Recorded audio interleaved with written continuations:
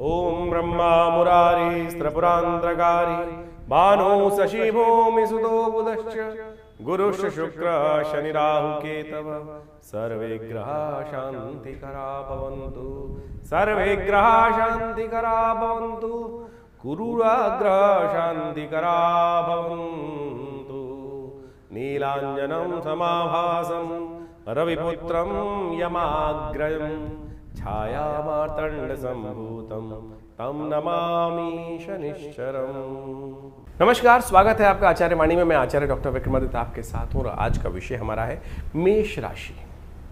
मेष राशि वालों के लिए शनि और मंगल की युति, षडाष्टक युति जो बनने जा रही है वो क्या करेगी। देखिए, आपकी राशि के स्वामी मंगल ही हैं और मंगल महाराज इस वक्त आपकी राशि से पंचम भाव में उपस्थित हैं। पंचम भाव विद्या का भाव, बुद्धि का भाव और मन का भाव भी बोला जाता है कई मामलों से। बुद्धि का भाव जो है ना, और इसमें ज्ञान का भाव भी बोला जाता है। और वहाँ मंगल के साथ केतु विराजमान है।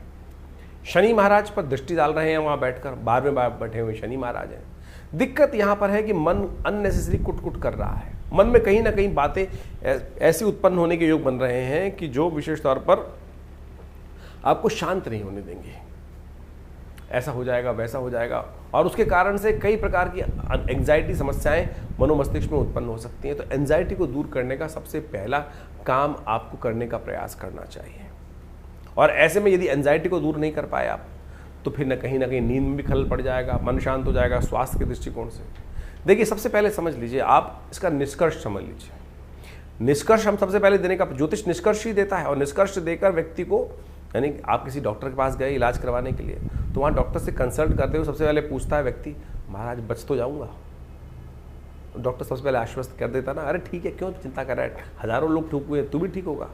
तो ये भाव ज्योतिष के दृष्टिकोण से इस वक्त आपकी राशि में जो ग्राफ बना हुआ है प्रोग्रेस का है।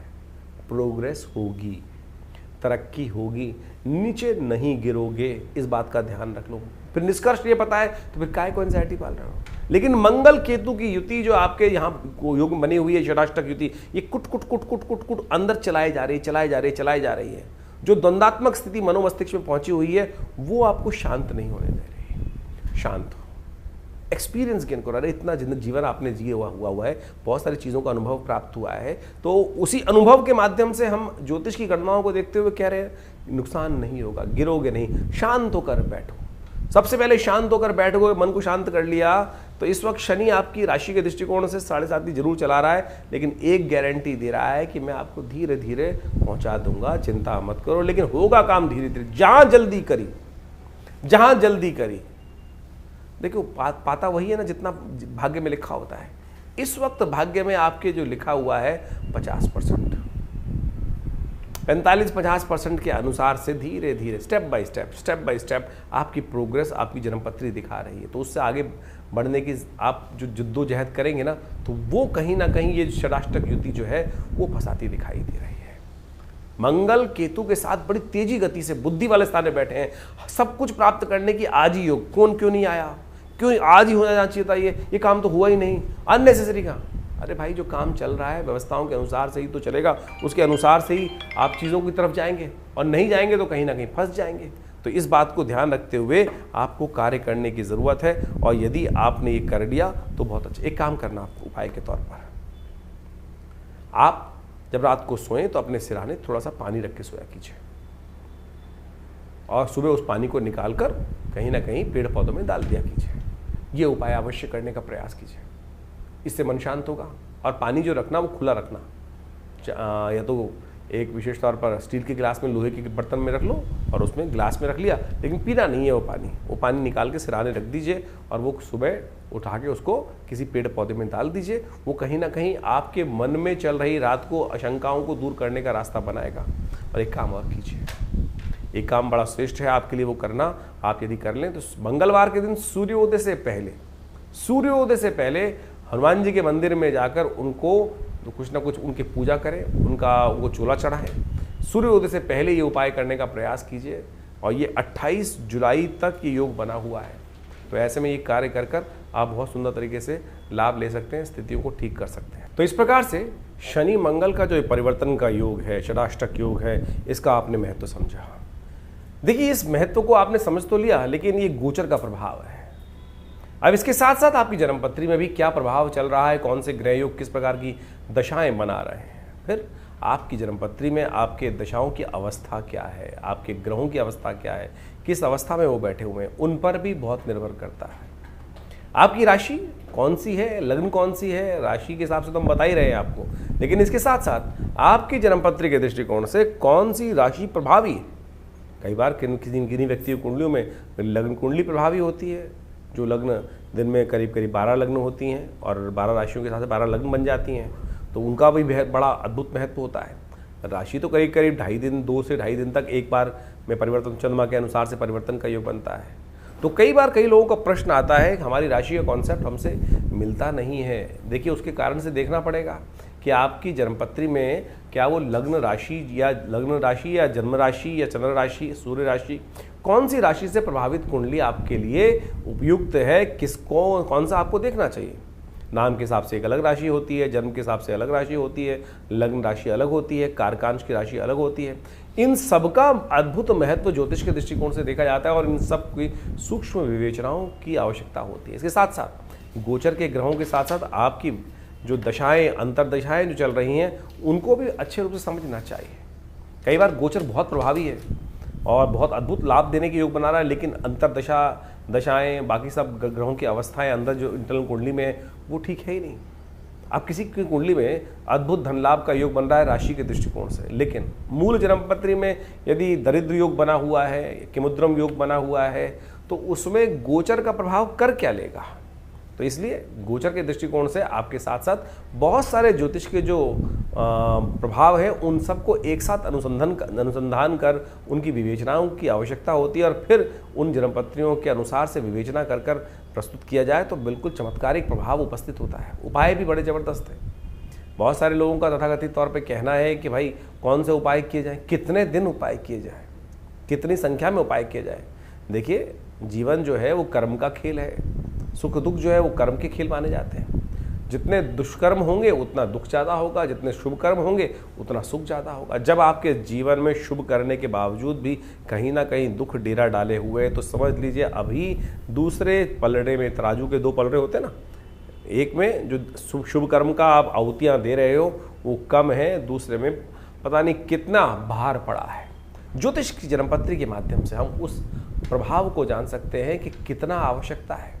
हमारे पूर्व जन्मकृत कर्म के अनुसार से कौन सी दशाएं, अंतरदशाएं चल रही हैं, किस प्रकार का प्रभाव बना रही हैं, कैसा ग्रहों का योगा योग है। जन्मपत्री आपकी बैलेंस शीट है, आपके कर्मों का लेखा जोखा है, जो आपको वास्तविक तौर पर समझाती है कि हमारे पूर्व अर्जित कर्म किस प्रकार के रहे और उसका लेखा जोखा जो हमको प्रस्तुत लेकर हम आए हैं इस जन्म में, उसका प्रभाव किस प्रकार से होने वाला है और सुख प्राप्त करने के लिए कैसे उन जो दुष्कर्म है उनको समाप्त करने के लिए कौन से कार्य करने हैं हमको। आप सपोज जन्मपत्री दिखाने एक व्यक्ति आया है मेरे पास, बहुत सारे लोग जन्मपत्री दिखाने आते ही रहते हैं। हमने एक हमारे आश्रम के पास ही एक व्यक्ति रहता था, उसकी जन्मपत्री थी, जन्मपत्री देखी और जन्मपत्री में एक उपाय बताया कि एक काम करो, तुम हनुमान जी को चूल्हा चढ़ाने आया करो। आप सत्य माने, अहन बिल्कुल शुद्ध रूप से 1 महीना ही चूल्हा उसने मंदिर में आके चढ़ाया होगा हनुमान जी को, और घर चलकर वो रिश्ता भगवती की कृपा से, भगवान की कृपा से उनके जीवन में आ गया। और कई लोग ऐसे होते हैं कि 1-2 बार चढ़ाने के बाद ही पूछ लें, गुरु जी कब तक चढ़ाना है। तुलसी बाबा ने कहा है ना, कन का मन का छोड़कर मन का फेर। श्रद्धा, विश्वास, समर्पण भाव से यदि 1-2 बार भी कर लोगे ना, तब भी वो अद्भुत रूप से लाभ दे देगा। समर्पण भाव परमात्मा की, जब तक तू न कृपा करे तब तक मैं तेरे द्वार पर बैठा हूँ, ये भाव कर कर हम यदि उपाय करें तब तो वो लाभ देगा। लेकिन हमारी स्थिति क्या होती है, मंत्र जप कर रहे होते हैं, हम बार बार उठा के माला देखते हैं, एक हुआ, कितनी होगी, अभी कितनी जपी रह गई अभी, तो फिर तो मन का प्रभाव जो है वो उस परमात्मा के श्री चरणों की तरफ नहीं है, वो केवल मनकों के प्रति है। जैसे आजकल बहुत सारे लोग राम नाम जप कर रहे होते हैं, एक जगह हम पहुँचे तो वहाँ मंत्र जप कर रहे थे, राम नाम 1, राम नाम 2, राम नाम 3, राम नाम 4।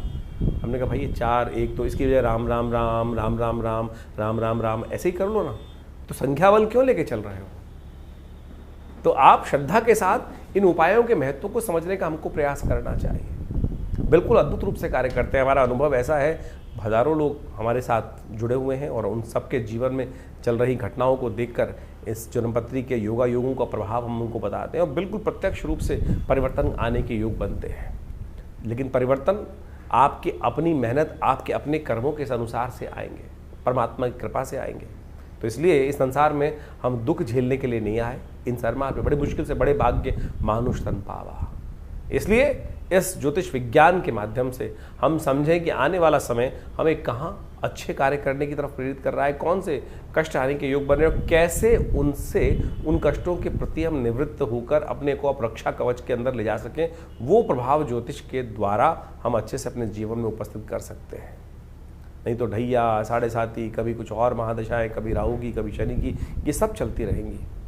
लेकिन बहुत सारे लोग जीवन में सुख प्राप्त करने के योग बना लेते हैं और बहुत सारे जीवन में कष्टों के, हजारों लोगों को कष्ट हो रहा है लेकिन कुछ लोगों को फिर भी सुख प्राप्त करने के योग बन जाते हैं। तो आप समझें ये सारा कर्मों का खेल है। कर्म सुधारने का हमको प्रयास करना चाहिए। ज्योतिष के विज्ञान के माध्यम से हमको कर्म सुधारने का रास्ता ही प्राप्त होता है। इन सब चीज़ों को आप समझें अच्छे से, अपने ग्रहों के प्रभाव को समझें और प्रत्यक्ष रूप से आप यदि इन सब जो रास्ते हमने आपको बताए हैं इनको यदि अपनाने का प्रयास करोगे तो हमारा ऐसा विश्वास है, हमारा ऐसा अनुभव है कि जीवन में कष्टों से निवृत्ति का योग भगवान की कृपा से बन ही जाता है। खैर, आपके मन में जो भी प्रश्न चल रहे हो चिंता ना करें, आप हमारे इस कार्यक्रम के माध्यम से हमारे इस चैनल पर या व्हाट्सअप नंबर्स जो नंबर सामने स्क्रीन पर चल रहे हैं उन पर भेजिए। इसके बाद भी रविवार को आश्रम पे बहुत सारे कार्यक्रम समय समय पर चलते ही रहते हैं। हर महीने के पहले रविवार पर हमने एक समागम की व्यवस्था कर रखी है आश्रम में। जो लोग भी उस कार्यक्रम में सुबह 8 बजे से लेकर 10 बजे तक आते हैं उनके प्रश्न, एक आध दो जो प्रश्न होते हैं उनका अवश्य हमारी तरफ से निदान उसी समय पर देने की व्यवस्था रहती है। तो आप कोशिश ये करें, विवेकानंद योगाश्रम में इन समस्त जो कार्यक्रम है आपको समय समय पर हम आमंत्रित करते रहते हैं, उन सब का लाभ लीजिए, जुड़िए। देखिए माँ भगवती का सुंदर शिव विग्रह जो आश्रम पर विराजमान है, उनके सानिध्य में आकर किस प्रकार से उनके प्रभाव से हम अपने जीवन को, कष्टों को दूर हजारों लोगों ने किया है, आप भी करें। स्वागत है आपका। नमस्कार।